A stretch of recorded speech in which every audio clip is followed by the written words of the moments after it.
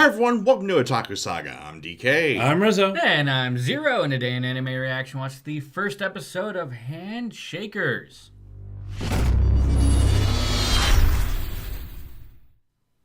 If you want to check out our reaction to the first episode of Handshakers, hit that link in the description below. And be sure to give us feedback in the comment section because we love hearing from you. And as always, if you like what you see, subscribe to Otaku Saga. And don't forget to like and share our videos. And thanks for watching.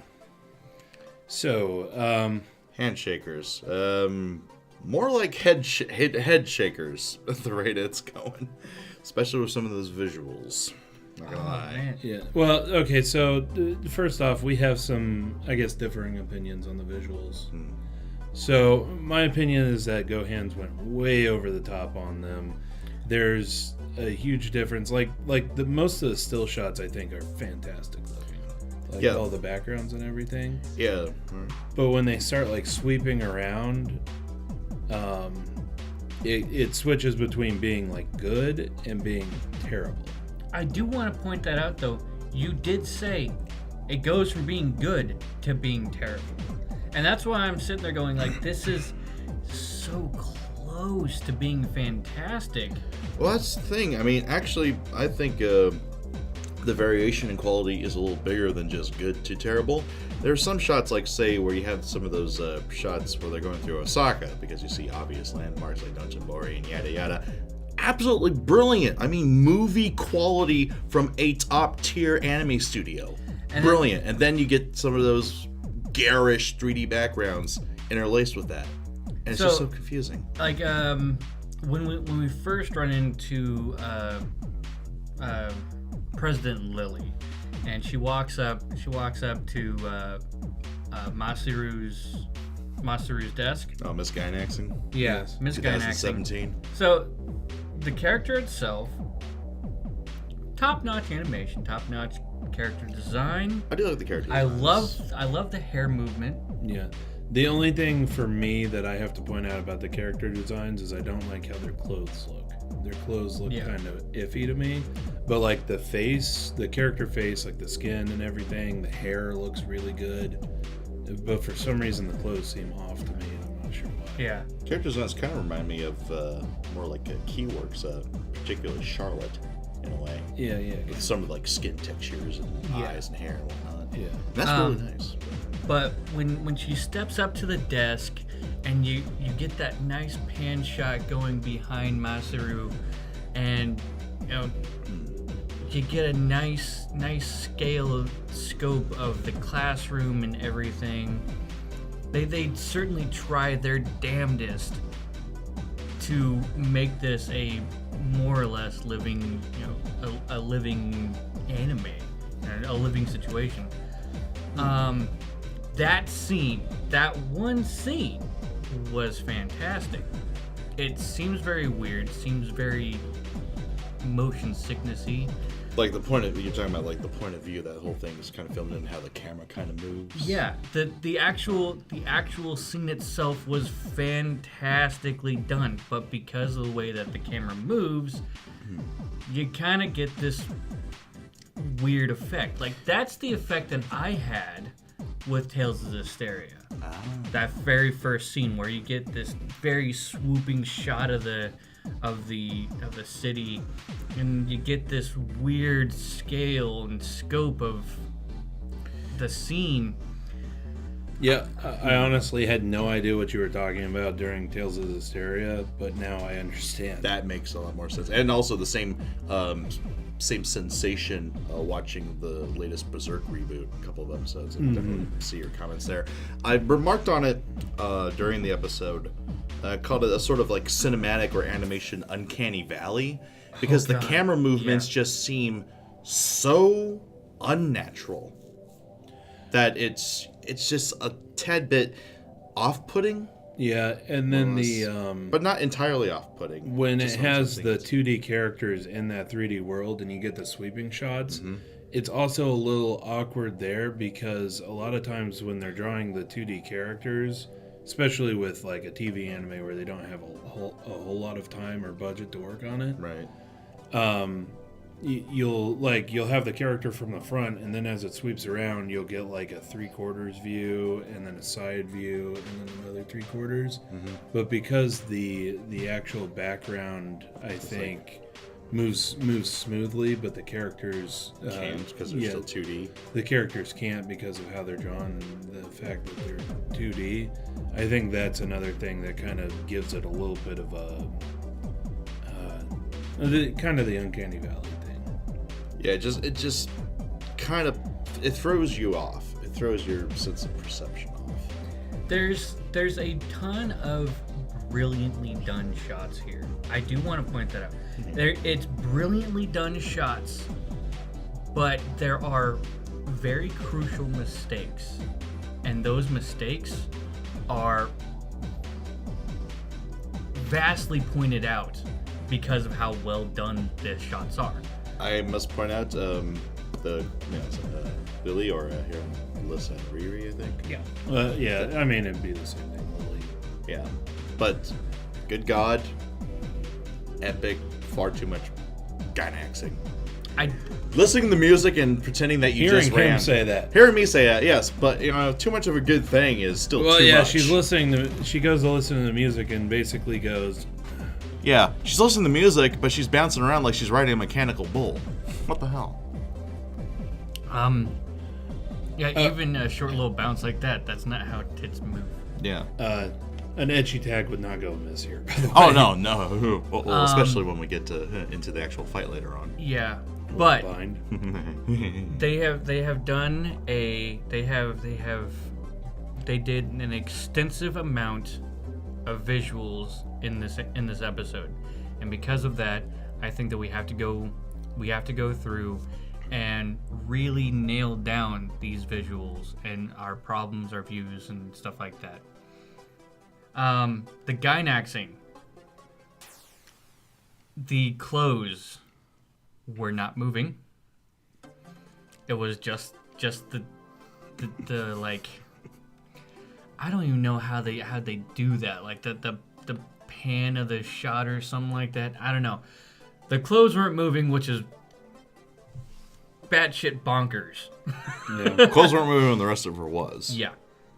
It's almost like they were implants. That's why I have to point out those school uniforms. Not the only ones I've seen, but the kind of weird school uniforms for the females where there's like, it's almost like a vest, but it only sits right underneath the breasts. So you gotta accentuate them. Yeah, it accentuates the breasts, which I don't know of any school that would have that as their uniform, but hey. I wouldn't be surprised if someone makes an anime where the school uniform in the all-girls school is like a maid outfit or something.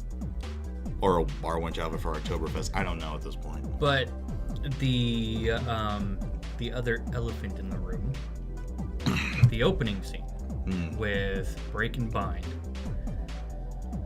Oh God, the chains. Oh God. I have a real problem with the chains. Yeah, I mean, imagine, metal constantly running across the palm of your hand. That's gonna fucking hurt. It's not even that. It's just the way that they look bothers me, because instead of at least trying to make it seem like it's part of the world, they made it obviously and garishly 3D. I actually like the comparison you put down to it. You compared those little bits of 3D animation to early 90s works like Reboot. Yeah, definitely. Or that the 3D animation Transformers. Oh, Beast Wars. Yeah, Beast Wars. Or something like what was that series called? Code Lyoko.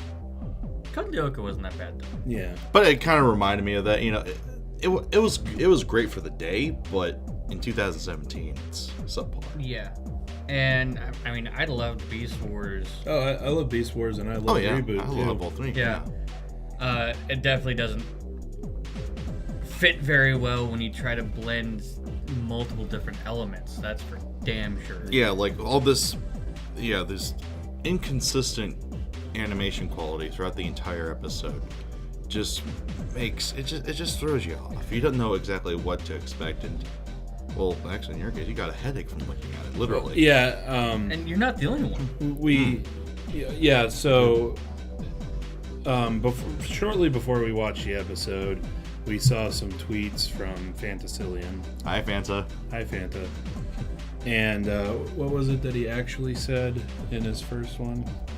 I'm just pulling it up right now. Okay, I'm 5 minutes into Handshakers, but this is some of the worst combination of 3D and 2D ever.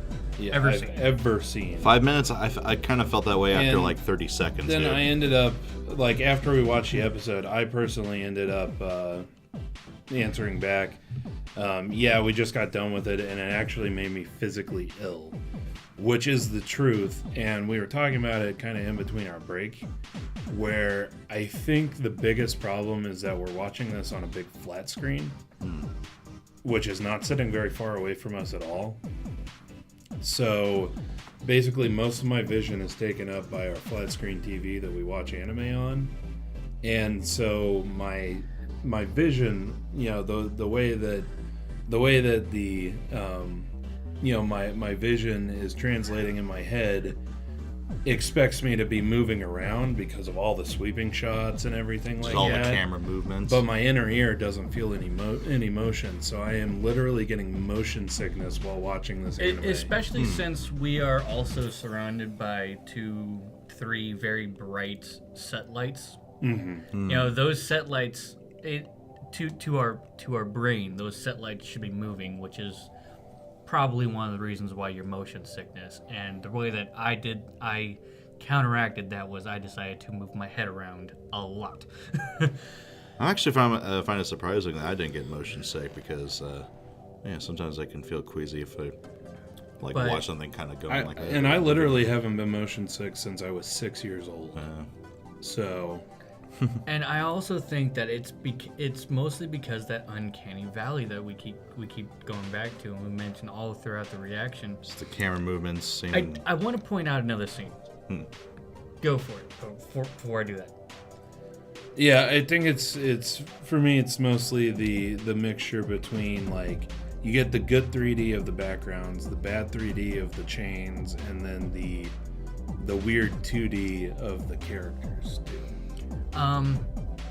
So there's like 5 scenes I want to point out, but you know, 2 of the big ones are I forgot who walked in the classroom, but it was right after the scene with the President Lilly, Student Council President Lilly. Somebody walks up, and I guess asks for Masaru. I think it was Tazuna. Probably asks for Masaru to help fix something because he loves fixing things, and that's cool. He's the second coming of Shiro. It's the slight pan up. Yeah, you have this kind of shot like this, and unfortunately, the pan up for the character was basically the base for the camera, but the background kind of stops about here, but the camera keeps moving, and then after the camera stops moving, the scene kind of shifts again. Yeah. And that part makes me it happened very quickly. So imagine the background, the character. So like it's panning up, then the background stops, it's panning up, but the background stops, the character keeps panning up. And then after the character stops, then the background pans more. Yeah, you can imagine if you're trying to recreate this scene on an actual soundstage, it'd be like the camera moving along as Dolly stopping, and then the whole fucking set moves on you. Yeah, very unsettling. Very, very unsettling. It was weird. And then the other scene that I really want to point out for the mistakes here. I don't mind what happens with Break and Bind. I mean, it's a BDSM relationship, okay? It's Yoko Hikasa moaning with pleasure. Move over, Keijo. This is the perfect anime. No. So it's Jun Fukuyama being a sadist and Yoko Hikasa being a masochist. Ding. I actually enjoyed the scenes themselves, And not from a ecchi standpoint, from like a voice actor, and The voice work was very good. From voice the two actor of is- them. voice great. acting was fantastic. The idea, the concept is pretty interesting. Yes, I do enjoy those elements of ecchi, but unfortunately, The visuals. the visuals. It just takes so much away. This is the elephant in the room. All right, you run a chain across your hand. It will not spiral. Period. It will lay down. It will lay down like this and run across your hand like this. And the chain that he was holding, you said that the chain would rub against your skin. Yes, that's correct. But Actually, I said that, but it was the fact that he was gripping it and not just letting it slide across his hand. With a bare hand, mind you. there was one time where he had it like this, and the chain was running across his hand. The chain that he was holding is it's a flat chain, so It's like a neck chain. yeah, it's designed to go to run over across skin, Okay. so it wouldn't actually like hurt your skin. I was thinking more like the friction from metal kind of rubbing across your hand, but I guess you can say it's lubricated by But magic. it doesn't turn. It wouldn't turn on you. It wouldn't spiral like this, and you can wave it across as magic. But no, physics. Come on, guys. If you're gonna be realistic, be fucking realistic. It's not that hard to do it either. I mean, just buy some chain link and just run it through, you know? I Animation practiced with a chain knife, a kunai chain. Right. I've practiced with them. I gotten rather well with them. I know how that feels, you know, especially when you get the wrong chain. That sucks. But that doesn't actually hurt as bad as you'd think. Like I've done it with really big chain, I've done it with really small chain, I've done it I with think the only really bad thing is when it pinches, which is, getting the correct type of chain. However, you have now opened the floodgates because you said the magic word concept. The concept of this anime is what I would like to talk about next. All right. But in that scene, there's also another thing with the chains, right? The chains are wrapping around fine. Okay, concept's cool. But we have this disconnect because if you'd hold out your hand real quick, the chains would do this. I don't know if you can see that as well, but if it was actually if you could see all the way around Bine's body, it would be like the chain isn't actually attached, but it's simulated being attached on the 2D character. Like you can see the clothes being stretched on the 2D character, on the 2D model. Yeah, it acted like flexible, pliable cloth instead of rigid metal. And it did that over and over and over again even with Break too. Like it tried to wrap around his hand. And we actually saw little bits where you saw like Bine's leg, and you could see it kind of grip on the leg. I said, not even the cable would be that pliable, though. You'd actually be surprised at how pliable. Well, it depends. Well, I mean, if it's like kind of thick, like those chain links were, it wouldn't be like rope or cloth wrapping around flesh, right? You'd actually be surprised. I've played with many different chains.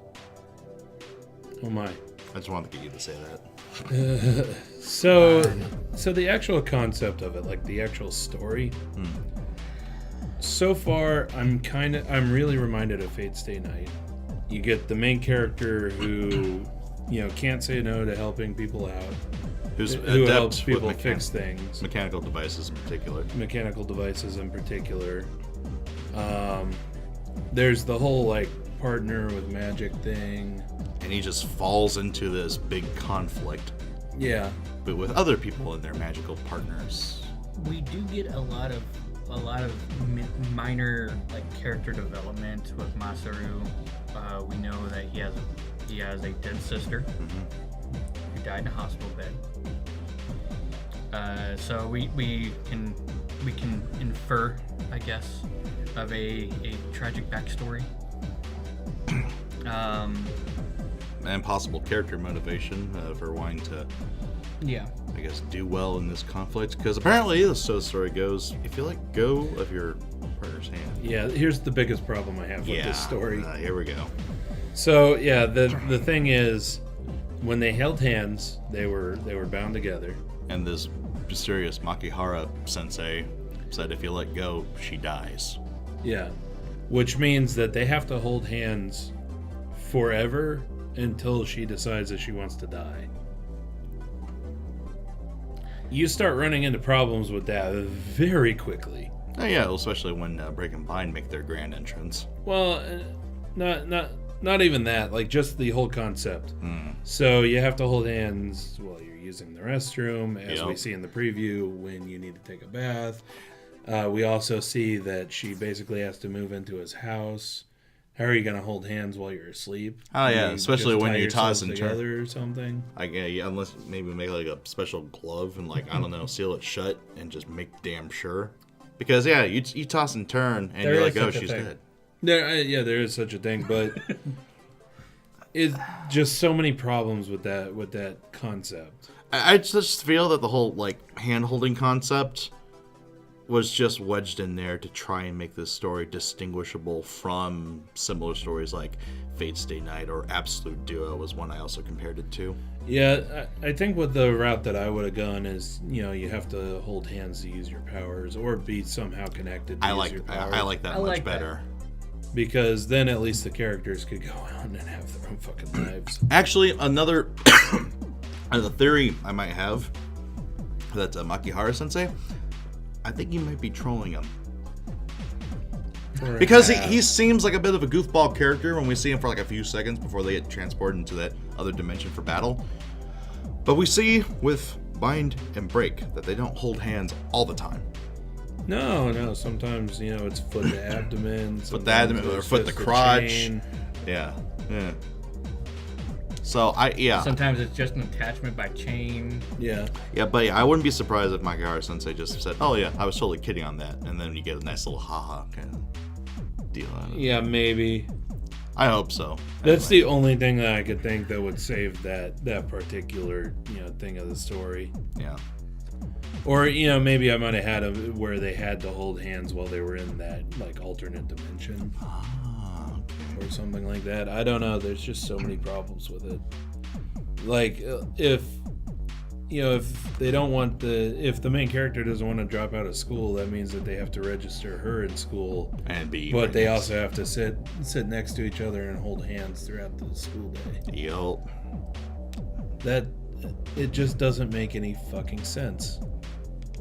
And also, kind of going forward in the preview, there's a scene in the shower, but I don't know if it's me, but it looked like both of Kiori's hands were full, like with the wash basin and all that stuff. So Yeah. I think there has to be a catch somewhere.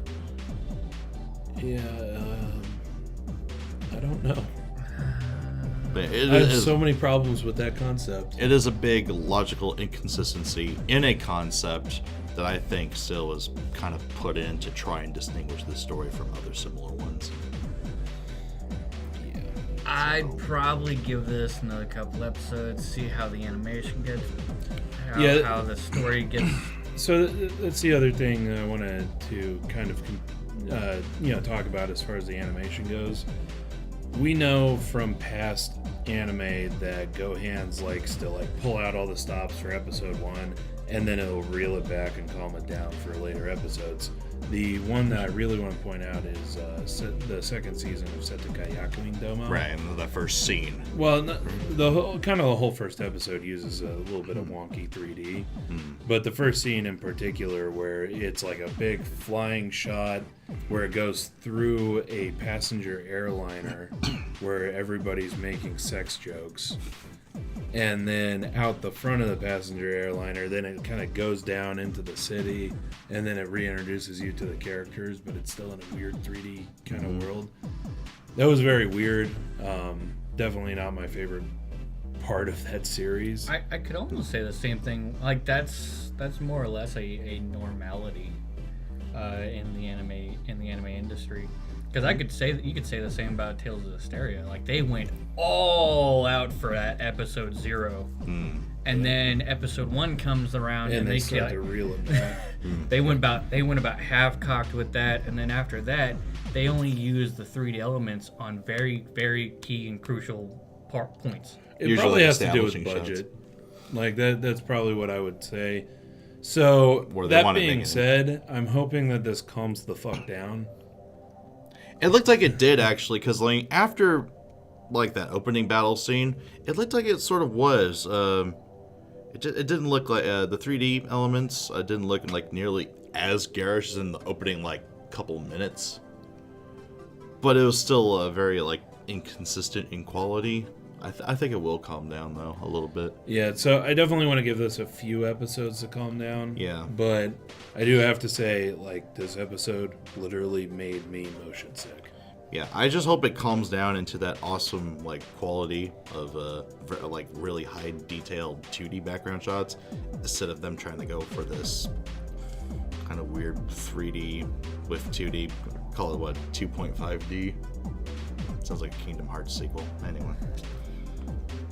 I also think that being fast in a closer environment, like they did in the classroom, stuff like that. Oh, like the camera moving fast.